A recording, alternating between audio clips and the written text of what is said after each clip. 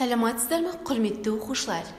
Бүгін біз дүниежүзі тарихы пәнінен этникалық және әлеуметтік процестер бөліміндегі антропогенез және этногенез бөлімшесіндегі этностардың пайда болу теориясы тақырыбындағы сабағымызды бастаймыз. Оқу мақсаты: Гумилевтің этностардың пайда болуы мен дамуы туралы ғылыми көзқарастарының ерекшеліктерін зерттеу. Гумилевтің теориясы. Гумилев ерекше этногенездің пассионарлық теориясын қалыптастырды. Гумилевтің пайымдауынша, этнос әлеуметтік емес, табиғи құбылыс. Этнос биологиялық жүйе секілді, табиғи ортада орналасқан және басқа этностармен байланыста болады. Сонымен қоса, этнос кейінгі бағыттағы этникалық жүйе болып табылады. Одан жоғарғы сатыда суперэтнос орналасса, ал төменде субэтнос орналасқан. Этнос тіл, дін ерекшеліктермен қоса, өзіндік саяси және әлеуметтік құрылымға ие болуы мүмкін, немесе болмауы да мүмкін. Гумилев бойынша этностың маңызды ерекшеліктері болып, оның мүшелерінің өзара сәйкестігі саналады. Олар өздерінің бірлігіне байланысты қалыптасқан. Ортақ мінез құлықтар стереотипін түйсінеді. Суперэтностың стереотиптік әрекеті дүниені қабылдау болып табылады. Және ол өмірге деген ерекше философиялық қатынастан туындаған. Этногенездің бастауын Гумилев адамдардың пассионарлығын тез қалыптастыратын мутациялық әдіспен байланыстырды.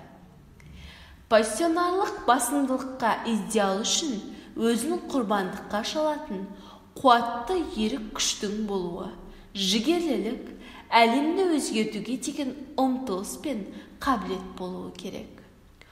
Жоғарғы пассионарлық қасиетке ие адамдарды пассионарлар деп атайды.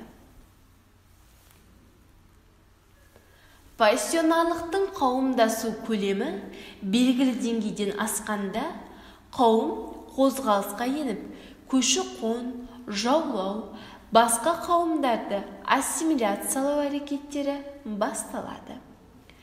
Пассионарлық қуаттың нәтижесінде этникалық пассионарлық әсер пайда болады. Ол жаңа этностардың қалыптасуын бастайды. Этногенездің тең жағдайдағы ықпалы барысында этнос бірнеше кезеңді бастан өткізеді. Бұл кезеңнің ерекшелігі алғашқыда пассионарлық дамып, кейіннен бәсеңдейді. Гумилевтің тұжырымынша, даму кезеңін ықпалы мен кері кетуіне дейін дағдарысқа ұшырағанша мыңдаған жыл, ал толық тоқтағанша шамамен 1000 жыл өтеді. Ғылымның пайда болуын конструктивтік тұрғыдан қарау. Конструктивтік бағытты ұстанушылардың дәлелдері жасанды қалыптастыру мен ұлтты құру барысындағы этникалық дәстүрлерді енгізуге негізделді. Конструктивистердің ойынша, ұлт дегеніміз ұлтшыл бағыттағы үкіметтің арнайы мақсаттары, әрекеттерінің нәтижесінде пайда болады. Билік әрқашан өз әрекеттерін саяси ұлттық бірлікпен байланыстыруға тырысады. Олардың түсінігінде ұлт бұл мемлекет, ал оның халқының этностық айырмашылығы жоқ.